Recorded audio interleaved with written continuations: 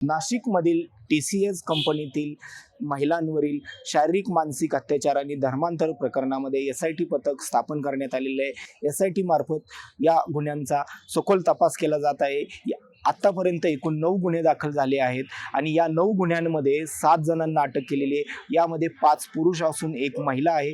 तर ही महिला अश्विनी चैनानी असून ती या कंपनीची असिस्टंट जनरल मॅनेजर आहे। तिला पोलिसांनी पुण्यातून अटक केली होती। तिला न्यायालयामध्ये 5 दिवसांपूर्वी हजर केले होते। न्यायालयाने तिला 5 दिवसांची पोलीस कोठडी सुनावली होती। 5 दिवसांची पोलीस कोठडीची मुदत संपत असल्याने आज तिला SIT पथकामार्फत न्यायालयामध्ये हजर करण्यात आले होते।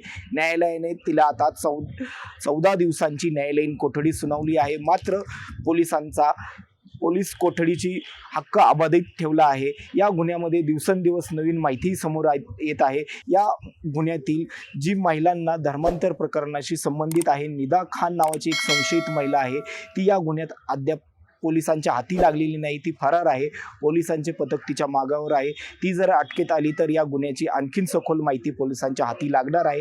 मात्र या आता अश्विनी चैनानीला न्यायालयीन कोठडी जरी सुनावली असली तरी तिचा पोलीस कोठडीचा हक्क अबाधित ठेवले असल्यामुळे या गुन्ह्याच्या अनुषंगाने जर तिची आणखीन काही चौकशी करायची असेल तर पोलीस न्यायालयाकडे पोलीस कोठडीची मागणी करून तिचा परत ताबा घेऊ शकतात।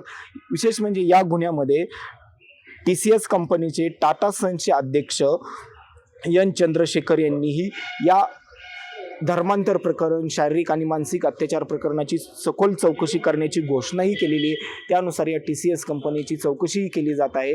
या संदर्भात कुणी काही आर्थिक व्यवहार केले आहेत का, हे धर्मांतर प्रकरण नक्की कधीपासून सुरू होतं, कधीपासून या कंपनीतील महिलांना त्रास दिला जात होता आणि या संदर्भात जर काही तोंडी ईमेलद्वारे तक्रारी केल्या होत्या तर त्या AGMने काही त्याची दखल घेतली होती की नाही, याची आता कंपनी अंतर्गत चौकशी केली जात आहे।